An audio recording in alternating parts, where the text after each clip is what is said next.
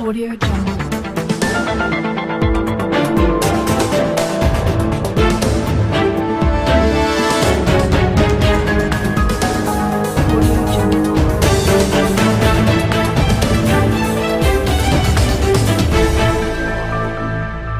Audio Jungle. Audio Jungle. Now, we understand that we've been under a central banking system starting all the way back to 1913. And in 1971, which we discussed many times before, we were taken off the gold standard. Now, this wasn't because of gold speculators. It wasn't because, there were investors out there that were trying to manipulate the gold price. It was about countries who wanted their gold back. And the Fed, the United States at the time, deep state, didn't want to give the gold back, most likely because they leased it out or it was gone. And they were moving the entire economic system to a petrodollar system at this time. And back then, countries realized what was happening because the Fed printed a lot more currency. The government borrowed that currency and debt was being run up. Countries realized this and said, okay, wait a minute. We gave you a certain amount of gold and you weren't allowed to print more currency than there was gold. And this is the turning point. This is when the countries realized something was wrong. And what the central bankers did was they closed the gold window where countries were no longer allowed to repatriate their gold. At the same time, and this was in the planning stage for a very long time, they were planning to move us off the gold stage and move us onto the petrodollar system. And this is why they made deals out in the Middle East where militarily we would protect certain countries like Saudi Arabia, Lebanon, Iraq, Libya, as long as they sold the oil using the dollar. This was the agreement. A couple reports ago, we mentioned that Trump made an announcement to Saudi Arabia saying, listen, maybe you should start paying for this protection. Now, this is very interesting because the deal was, going back in time with Henry Kissinger and the central bankers, that the United States, the deep state, would protect these countries. Now Trump is turning this all around, and that is a signal. Every time you hear these little tidbits like the troops are coming home from Syria, we're going to have peace in North Korea, we're going to make a new deal with Iran, Saudi Arabia should pay for their protection. He's letting the world know something is about to happen. And what that really means is that we're going to be doing the opposite of what the central bank deep state has been doing for a very long time. We're going to get into that a little bit more, but let's just go through what is happening out there in the world. Venezuela right now, they officially launched their oil-backed cryptocurrency. This is the El Petro, and they're going to be using this to sell their oil. And this is going to go live November 5th. And this El Petro cryptocurrency, it's going to be backed by oil, natural gas, diamonds, and gold. And we'll have to see how this plays out.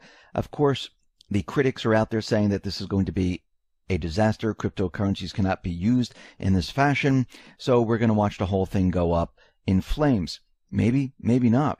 Because we see China, Russia, many other countries starting to use cryptocurrency.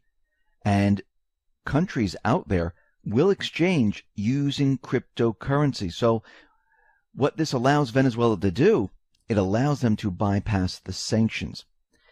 This is a very big thing because that means that countries are figuring, they've always figured out ways on how to get around sanctions by bartering using gold and other means. But this would be an electronic currency system which completely bypasses the dollar. And remember, Russia has been out there saying that countries should bypass the dollar. They should use their national currencies. They should use their own currencies for trade. Russia and China have been doing this. India is doing it now. We see Syria is going to be doing it. We see many of the Middle Eastern countries are going to do it. Africa, the African nations, saying that, listen, maybe we should use the yuan. We don't really need the dollar because we do a lot more trade with China. So this is the beginning stages, and I think a lot of things are going to change. I think this is going to be a huge test, and we'll have to see how this plays out. Here in the United States, we mentioned the retail apocalypse is continuing, and what we're seeing, and we mentioned this, that Mattress Firm, they might declare bankruptcy, and lo and behold, they went under. They have declared bankruptcy. Now, they have liabilities of at least $1 billion and over 50,000 creditors. And they just filed for Chapter 11 bankruptcy in Delaware, and they're going to be closing a lot of stores. They have about 3,300 stores, and we're going to see a lot of them close down.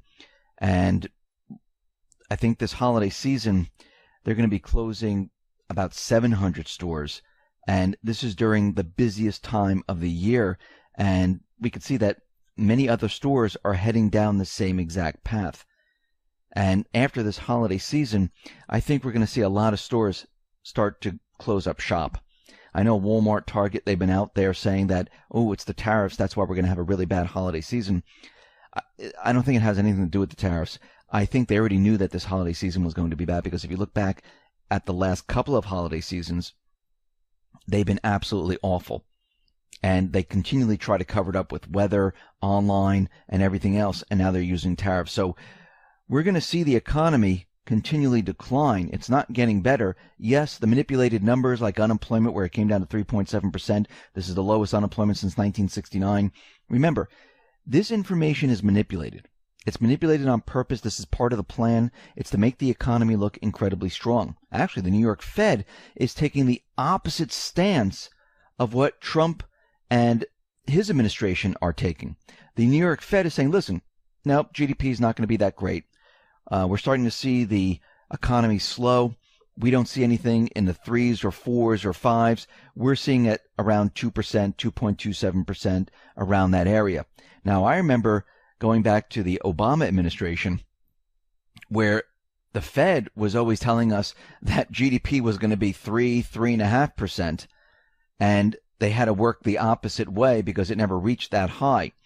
Trump, he manipulated the GDP numbers by $1 trillion.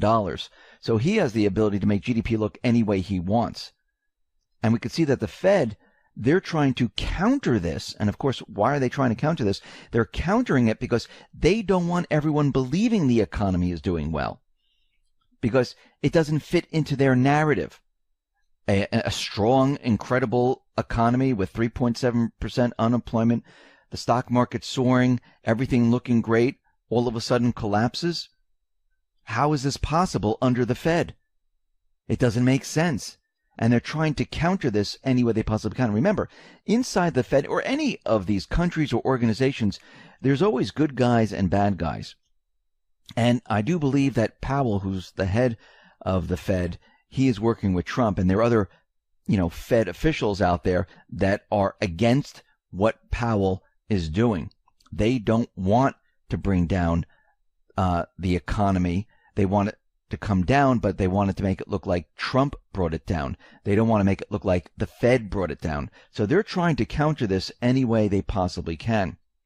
Now, going back to what Trump said about Saudi Arabia, saying maybe they should protect themselves, this is an indicator letting everyone know that he's getting ready to do away with the petrodollar. I mean, we already know that there is way too much debt. The IMF has been warning about this now.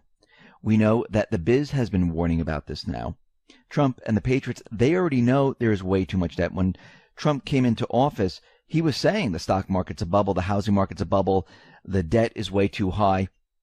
And when he came into office, everything switched around and everyone said, oh, look, he's a liar. This is ridiculous. No, this is part of the plan. He's using the ammunition of the central bank and the deep state against them, because this was their manipulation policy. So he's using it against them. This way they can't call him out on destroying the economy. This is why we see the flip on what the economy is doing. But he understands that the petrodollar is not going to last. And like I said, that's why he has Andrew Jackson hanging on his wall, because he realizes we need to get rid of this system. And think about what he's been doing since he got into office. He got rid of the trade deals, got rid of the globalist trade deals. Actually, he made a remark at the UN saying that the globalist system, it is dead. So he got rid of all of that, and he's been working on contradicting the Fed, where he's saying, oh, I thought Powell was going to be an easy money Fed. I didn't know he was going to be an interest rate Fed. Of course he did. This is part of the plan. Say the opposite of what you want to happen. Just like with Sessions. Oh, he's not doing his job. He's not doing what he wants.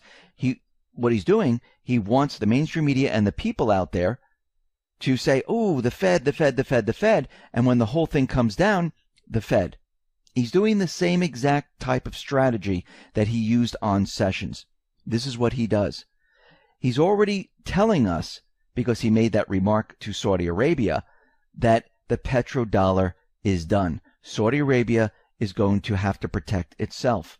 The other countries he's really not concerned about, because once the people take back their countries, they're going to be selling the oil using whatever currency or whatever system they want. Most likely it will not be the dollar. So Trump has just warned everyone right now that the petrodollar, its days are numbered. What does this tell us? This tells us that we're heading towards this great transition. This transition into a new system, out of the central banking system, which was established back in 1913, then again in 1947, then again in 1971. Now we're coming out of this completely, and we're going to do away with this. This is why the IMF, the biz, this is why they're so nervous and afraid, and they're continually out there screaming, resist all of this. And we know that there's nothing to resist, because it's going to be done. The system is going to be ripped apart, and I should say the central bank system is going to be ripped apart and dismantled, just like the globalist trade deals, just like the globalist system. It's all coming apart, and it's happening very, very quickly, and it's going to accelerate as we move forward. Listen, everyone, thanks a lot for listening. Be well, be safe, and especially be prepared. Thanks a lot.